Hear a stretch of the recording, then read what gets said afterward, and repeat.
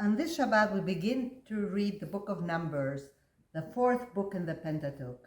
In Hebrew, it is called Bamidbar, after the first significant word in the verse.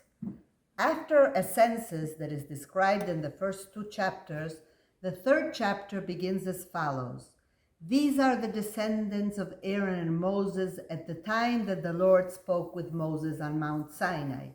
These were the names of Aaron's sons, Nadav, the firstborn, and Abihu, Elazar, and Itamar. The Parashat begins by counting all males over 20 years of age that can bear arms, and the Levites and the priests are not included in the census.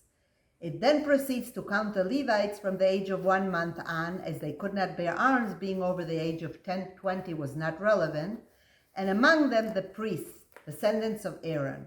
But first, according to the verse we just mentioned, the Torah is supposed to list Moses and Aaron's descendants. However, this is not the case. Only Aaron's sons are mentioned.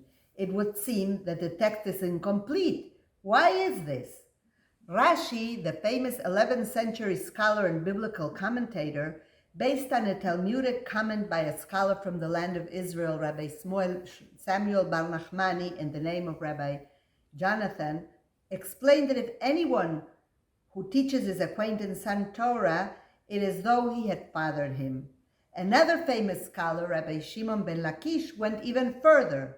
It says in the book of Genesis that Abraham and his family actually made those people who followed them to the land of Canaan, and that is what a teacher does for his student. What does this mean? The influence of a teacher is much more significant than just transmitting knowledge or even methodology. A good teacher will actually help a student to obtain insights from what he or she learns that will influence the course of his or her life.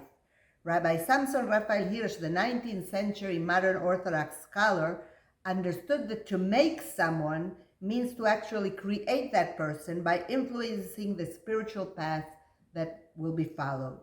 The Torah expects us to follow a spiritual as well as an ethical path, since ethical commandments are the basis for a truly religious way of life.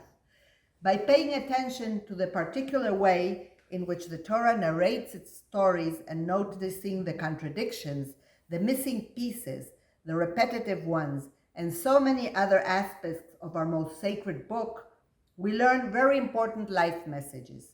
In this case, we learn about the importance of a teacher's role from the fact that Moses' sons' names are not even mentioned.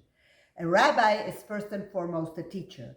Let us hope that our communities, teachers, and rabbis live up to the important task of showing our members, congregants, and even our sporadic visitors that we see them as our spiritual children, whom we hope to enrich with the important values of that our Torah teaches us, just as Moses influenced his nephews, whom the Torah describes as his own descendants.